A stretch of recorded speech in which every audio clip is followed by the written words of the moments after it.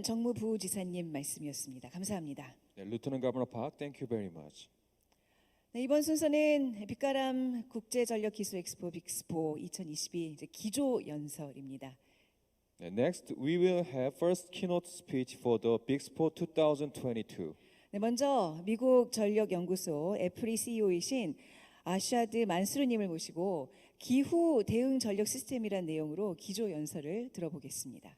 The first keynote speech will be given Mr. Ashad Mansuru under the theme of Climate Ready Power System. 네, 아샤드 만수르님을 무대 위로 모시겠습니다. Please welcome Mr. Mansur on the stage.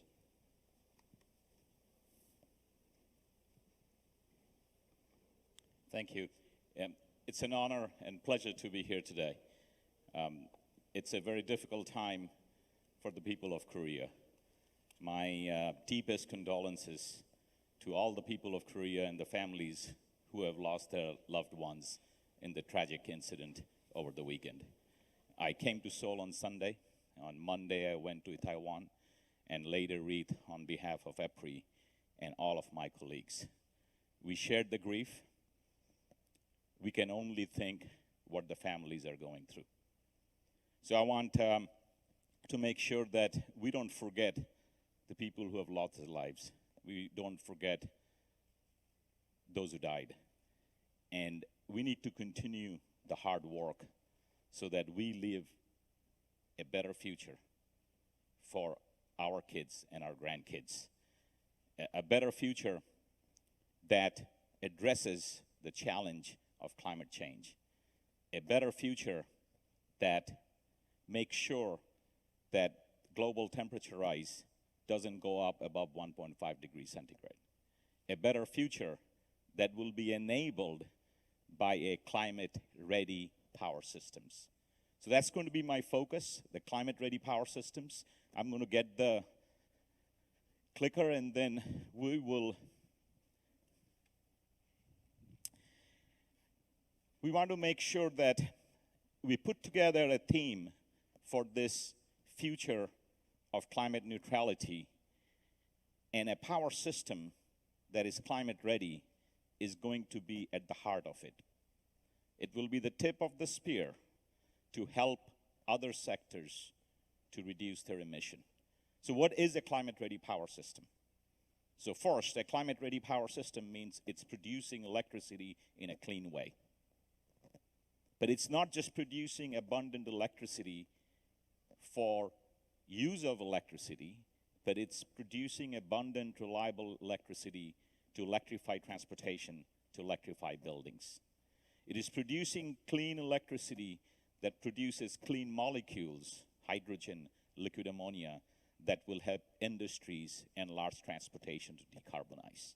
A climate-ready power system is a power system that will be able to withstand the weather of the future, because weather is already changing.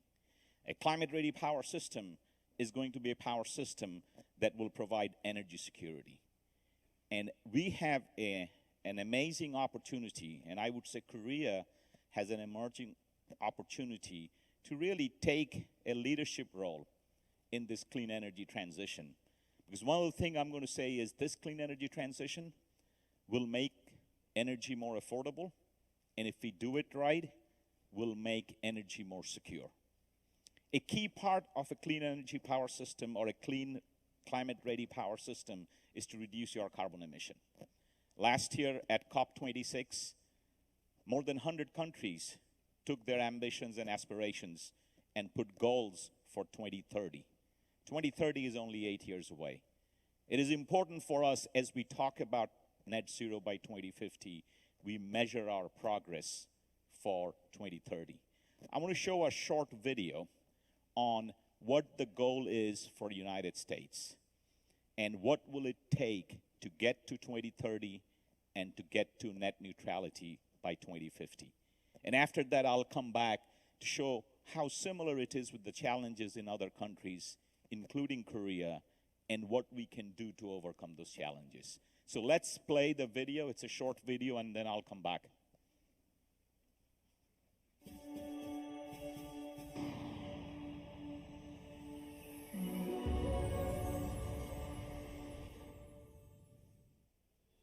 The Electric Power Research Institute is examining the pace of U.S. carbon emission reduction based on the goal of cutting economy-wide emissions in half by 2030. Across the U.S. economy, annual energy-related carbon emissions declined 1 gigaton between 2005 and 2020, driving CO2 about 50% below 2005 levels by 2030 means tripling the rate of decarbonizing ocean, accelerating from a 1 gigaton reduction over 15 years to 1 gigaton every 5 years. Additional reductions are expected in the decades ahead as the U.S. targets net zero emissions economy-wide by 2050.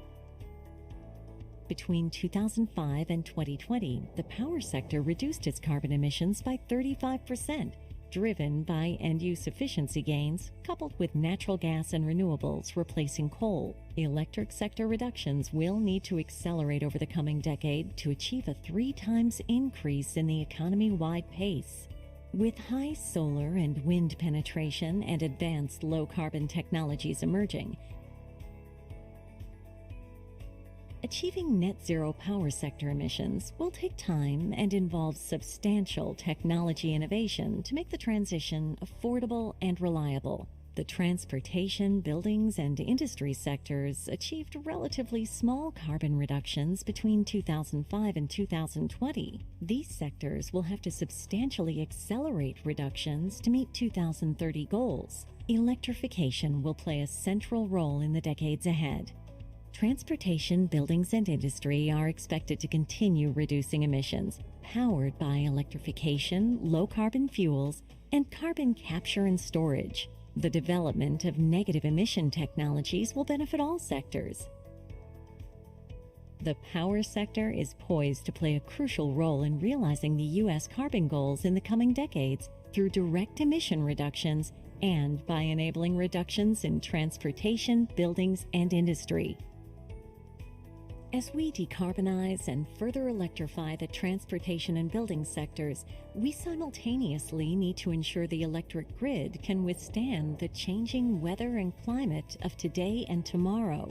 Adapting the grid and proactively planning upgrades to handle extreme weather require evaluating trends in future climate projections, assessing grid vulnerabilities, and investing in robust risk mitigation options that account for regional differences.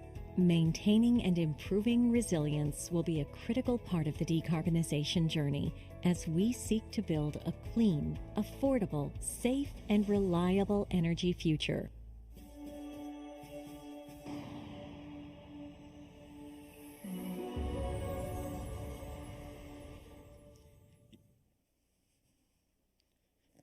You saw what the challenges are for U.S. For Korea, the challenges are similar. You have made a pledge to reduce economy-wide carbon emission by 40% in 2030, but your baseline year that you have chosen was 2017. One of the couple of key things, we got to keep on focusing both on decarbonization and on resiliency.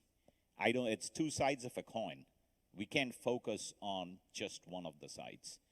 And another key point, a clean power sector becomes the tool by which industry and transportation will be able to clean their sectors. And that need to start this decade. We can focus on we have put too much focus on the power sector over the last decades. And power sector in almost every country has continued to clean. We need to redouble our effort on transportation. We need to redouble our effort on buildings and industry. And we need to have both a long-term focus for 2050, but we need to figure out what we need to do by 2030 in order to achieve that. And a digital transformation would be key to achieve both a resilient and decarbonized future. I was in Gwangju in 2015. The Bixpo, the theme of Bixpo was the fourth industrial revolution, IoT. That's really what the digital transformation is. So let's look at 2030. What are some of the things that we will need to do? Let's look at 2030. It's hard to predict the future, but 2030 is only 8 years from now. And there are signposts, there are markers that we are clearly seeing that shows that there is a likelihood high probability the weather is going to be different. Our grid will have significantly more variable generation. Transportation by 2030, 5 out of 10 cars could be electric. And then as we are changing this system, both transportation and energy system, we're moving away from a fuel-rich energy system to a materials-rich energy system. Let me just put the focus now on the middle two. What does it mean to be a grid that is ready to accommodate maybe 2, 3, 4 times more renewables? In the US, we have around 220 gigawatt of wind and solar. All the projections are saying we may have 600 to 800 gigawatt of wind and solar. So we need a grid that's ready to reliably take that. A grid that has flexibility, not just batteries, but a grid that has long duration energy storage. Not just the grid can change, will need to change. The markets will need to change. We will have time when wind and solar will provide no energy. We'll have to adequately value capacity and energy both at retail and wholesale level. That is what it means to be a renewable-ready grid. We also need an EV-ready grid, a grid that can accommodate millions of electric cars. We cannot just do that by building transmission and distribution. We have to build, but we have to do it in a smart way. We have to figure out how vehicle-to-grid and grid-to-vehicle could actually help us to bring in more EVs without necessarily upgrading the system too much. And that's what an EV-ready grid is. If you look at all the tools in the toolbox, and all of you are familiar with these tools in the toolbox to decarbonize. Energy efficiency, we have been doing energy efficiency for decades. Cleaning the power sector, we have done in the US for almost 40% reduction since 2005. Every country is doing that. This is the decade we need to start using the third tool in the toolbox. If we continue to clean the power sector like France has, like Canada has, and if we cannot electrify transportation, we have done nothing to prevent the catastrophe of a climate change. But this is also the decade we'll need to supercharge innovation. We'll need to innovate to reliably and affordably create new clean molecules from clean electricity. And that's really what we should be focusing on innovation beyond 2030, but the work has to be done this decade. One of the work that has been undertaken for almost 2 years now, one of the largest collaborative in the world, a low carbon resource initiative. EPRI is working on that with more than 50 energy companies. KEPCO is a partner in that. And really that's looking into how do you produce, how do you distribute, and how do you use clean molecules in different sectors. Not just the power sector, but also in industrial sector. The power sector will build a bridge to the industrial sector for their carbon decarbonization. The power sector will build a bridge to the transportation sector. If you look at the Low Carbon Resource Initiative, you can take a picture of the QR code and see the key insights that we are coming from them. If you look at the key findings, key insights, there are many. And this work is going on throughout the world. But highlight a couple of them. One, this transition will start with blending. We will be blending hydrogen with natural gas. We will be blending renewable gas with natural gas. And this blending will be the bridge in 2030 to get us to a world where the clean molecules, not just hydrogen, liquid ammonia, not just liquid ammonia, synthetic methane, jet fuel.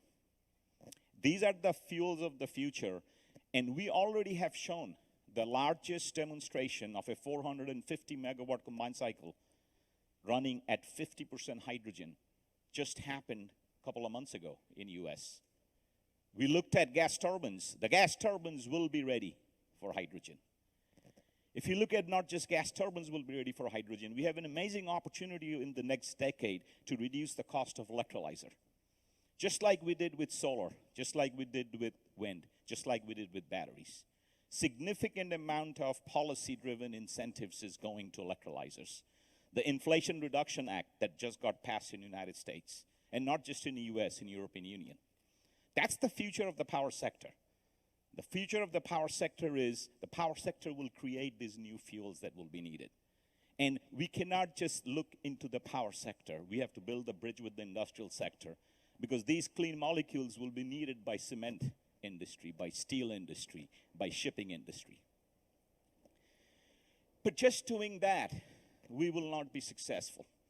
Let's say by 2030 we have reduced our emission. Let's say we have created an abundance of clean energy, new molecules through electrolyzers, through carbon capture and storage.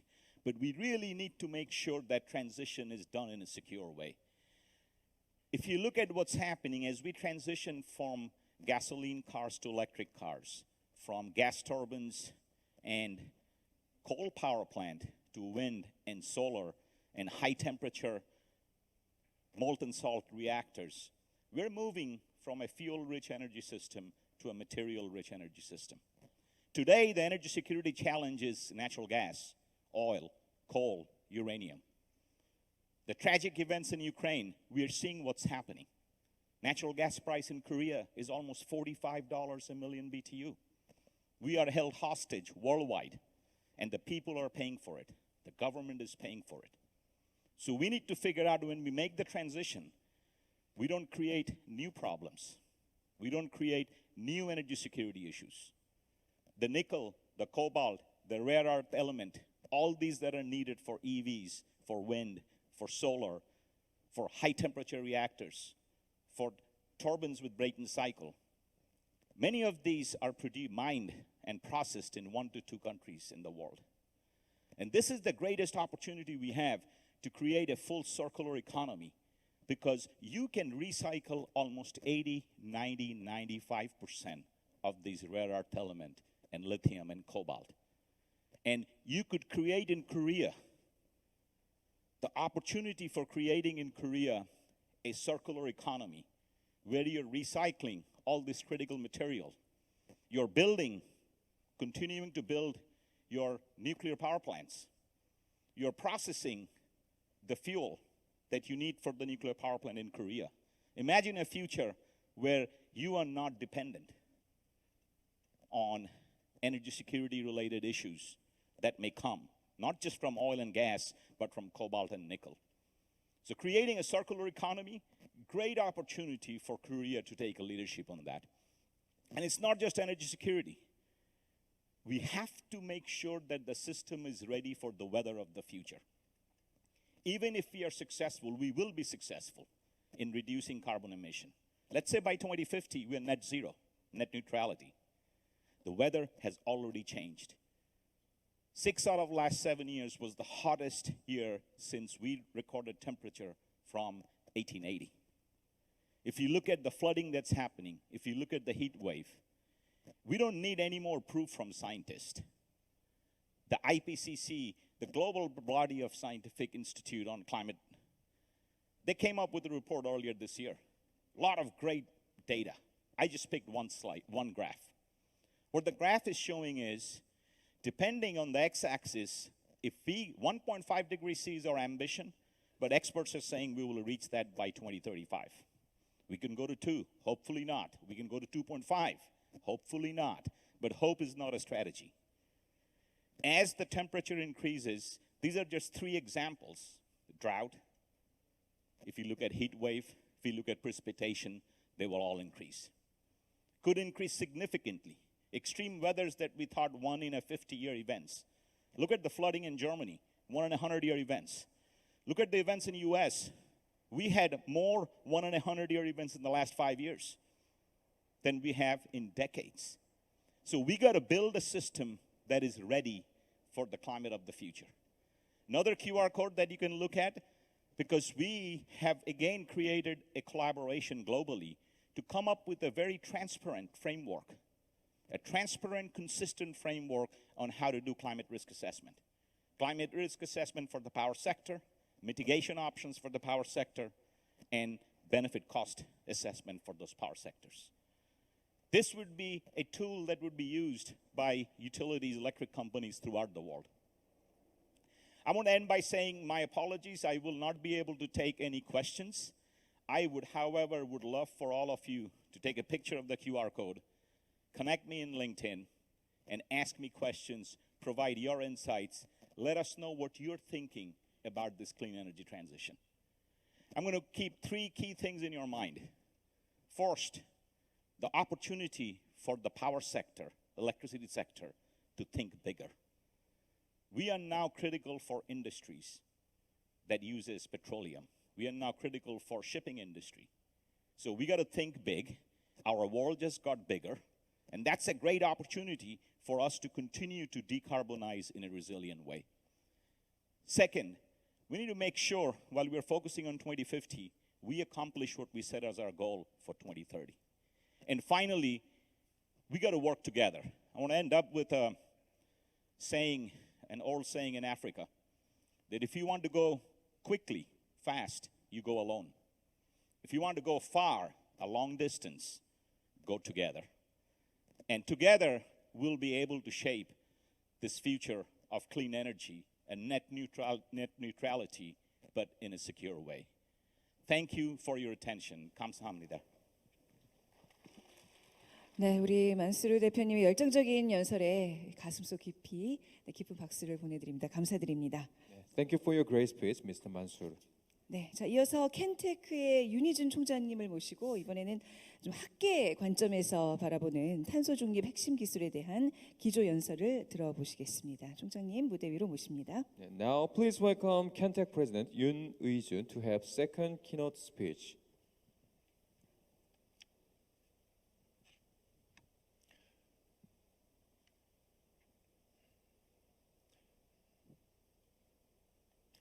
네, 방금 소개받은 켄텍의 초대 총장 윤희진입니다. 제 발표에 앞서서 지난주에 있었던 국가적인 애도에 동참하며 고인의 명복과 유가족의 기쁜 심심한 사의를 표합니다. 제가 오늘 발표할 제목은 Technology Innovation for Energy Security and Carbon Neutrality가 되겠습니다. 전 세계적으로 지금 에너지가 위기 상황입니다. 뭐 모든 분이 아시다시피 우크라이나 전쟁이 촉발한 상황인데요. 우리나라의 경우에 2021년 1월 달에 비해서 S&P가 무려 4배나 올랐습니다. 에너지 수입 국가의 비극이겠죠.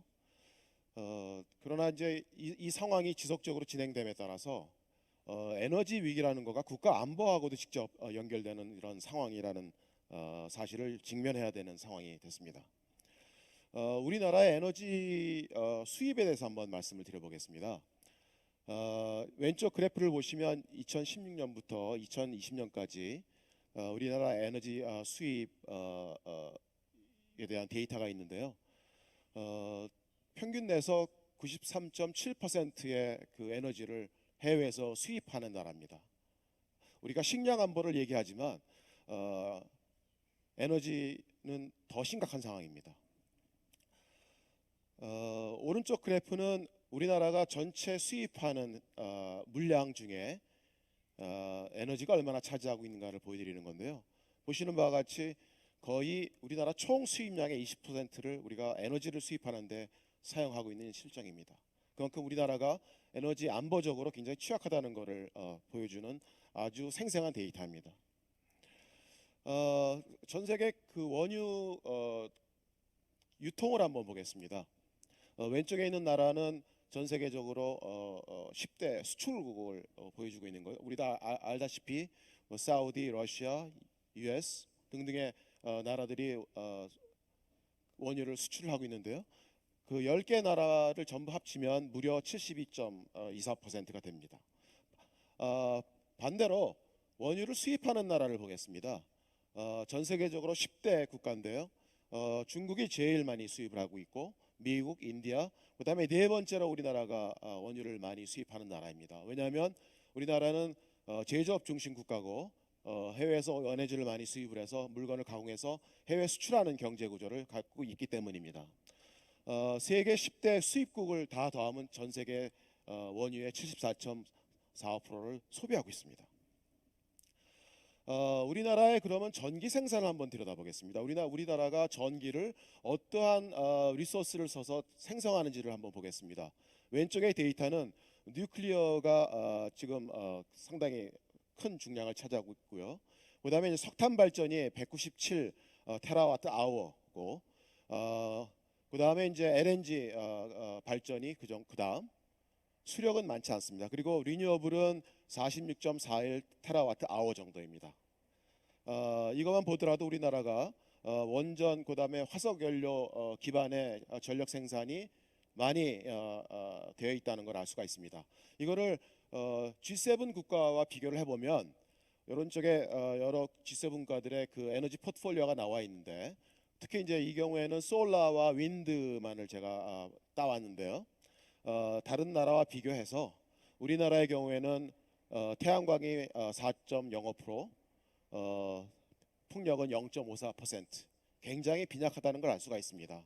근데 아시다시피 거의 대부분의 에너지를 해외 수입하는 우리나라의 경우에 이 자연이 주는 에너지를 이용해서 우리가 에너지를 활용할 수 있다 그러면 우리나라의 그 상당한 부가 원유를 사는데 노출되지 않을 것이고, 우리나라가 에너지 안보적으로 자립하는데 큰 힘이 되지 않겠습니까?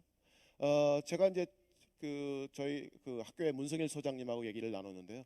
우리나라가 1년 내내 버는 반도체를 팔아서 버는 그 금액만큼 우리가 해외 원유 사는 데 쓰고 있습니다. 거기서 10% 20%만 저희가 절약을 해서 투자를 해서 재생에너지로 우리나라의 에너지를 자급자족할 수 있는 그 비율을 높일 수만 있다 그러면 엄청난 국가적인 경쟁력을 발휘할 수 있을 것 같습니다.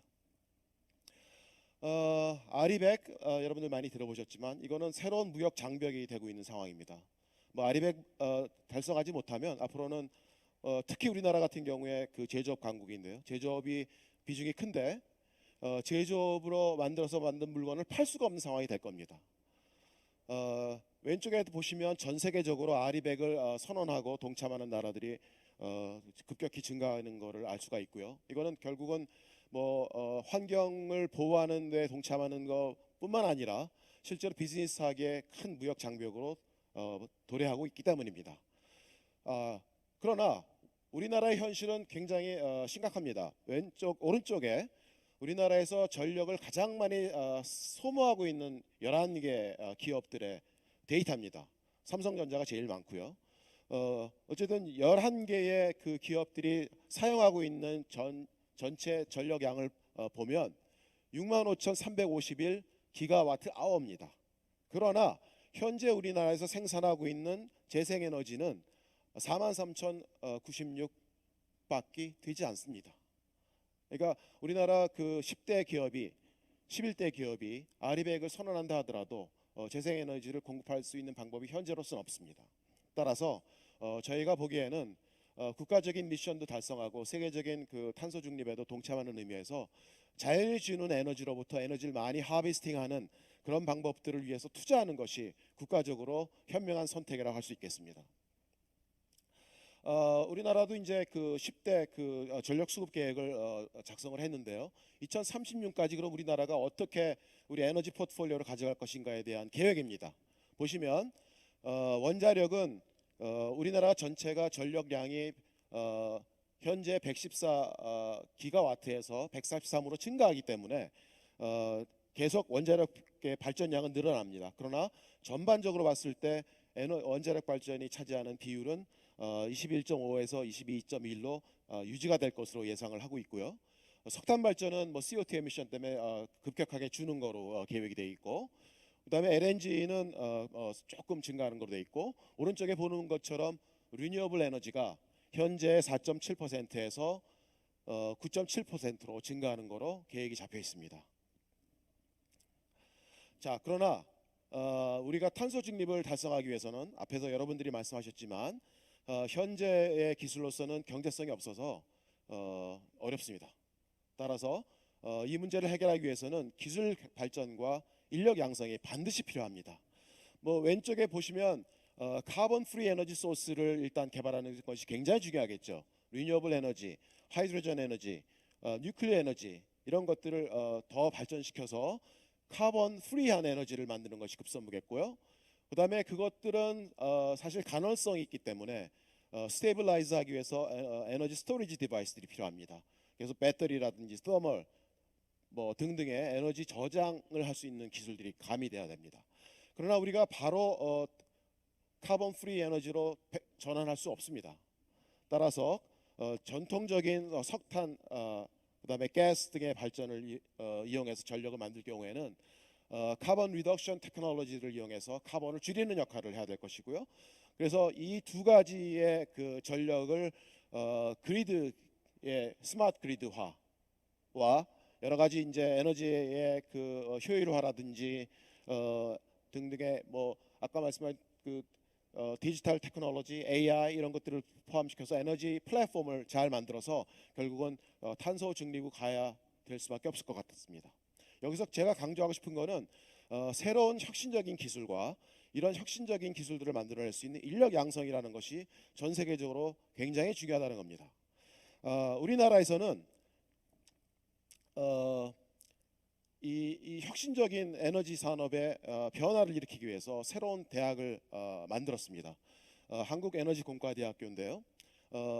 Korea Institute of Energy Technology의 약어입니다.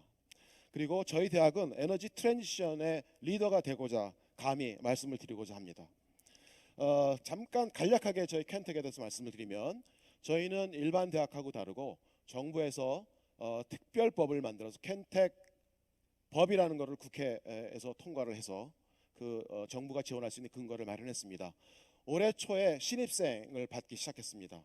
학부생 100명, 대학원생 50명 정도. 그리고 현재 교수님들은 정원이 100명인데 한 50명 정도, 51명 정도 교원 충원을 했습니다.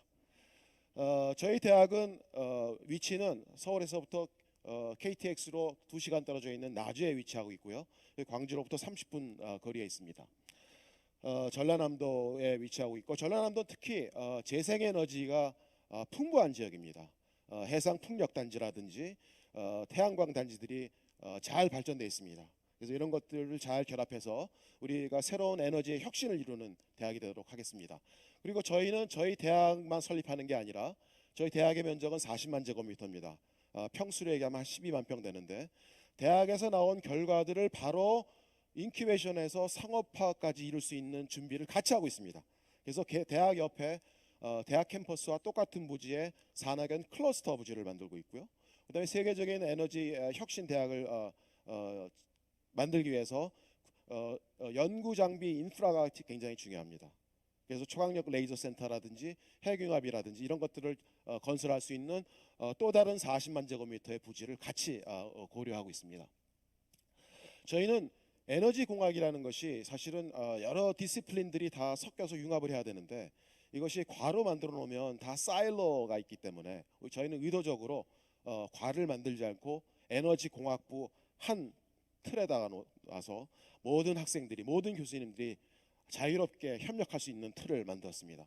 이걸 하기 위해서는 10년 동안 1 빌리언 US 달러의 버짓이 들어가는데요. 이걸 하기 위해서는 한국전력과 전력 계열사, 그다음에 한국산업통상자원부, 그다음에 전라남도, 나주시가 협력을 하고 있습니다.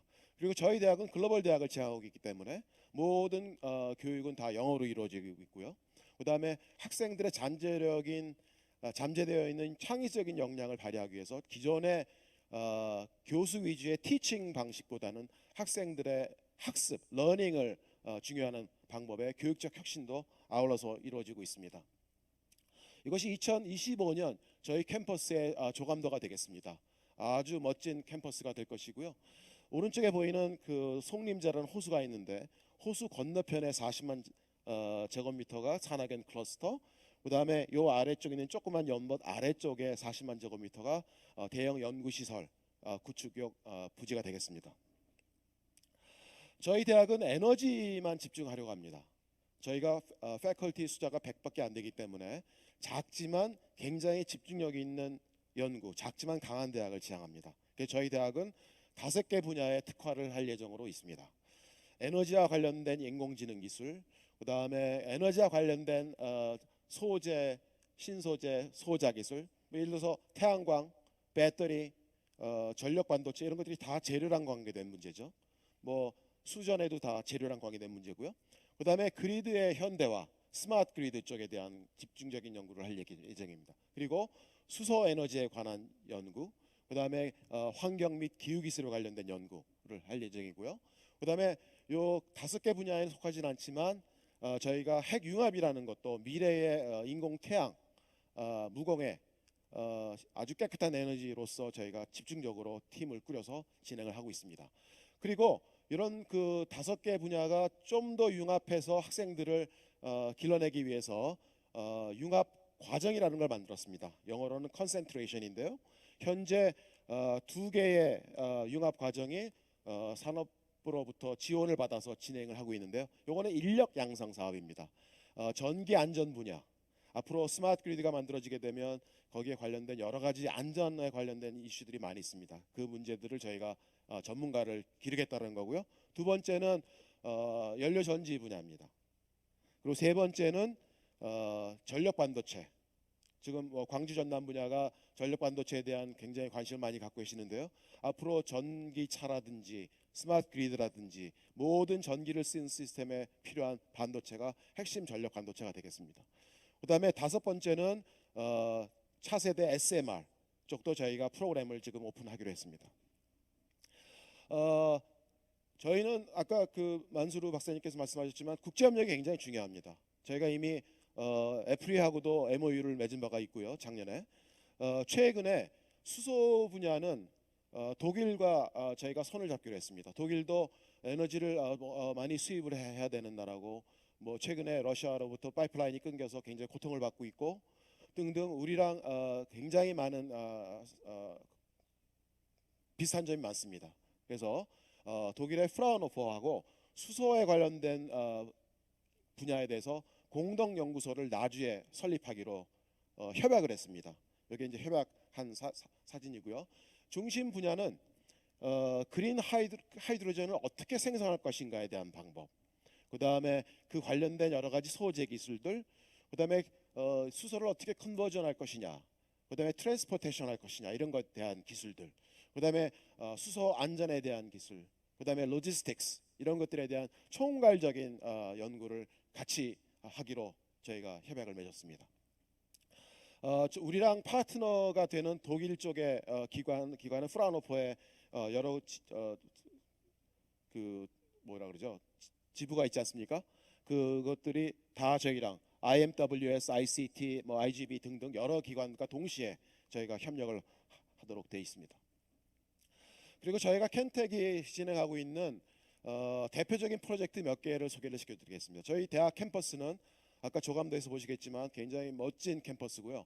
에너지 공과 대학에 맞게끔 대학에서 만들어지는 모든 에너지가 대학 내에서 소비되도록 그렇게 할 예정입니다. 즉 마이크로 그리드를 만들 예정인데요.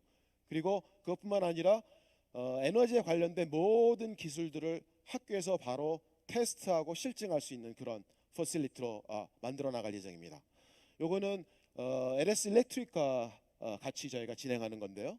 캠퍼스 안에 모바일 그린 헙 스테이션이라는 걸 만들어서 재생에너지, 간헐성이 높은 태양광, 그다음에 연료전지들을 합쳐서 ESS랑 더해서 그거를 안정화시킨 다음에 그리드에 물릴 수 있도록 하는 그런 장치입니다.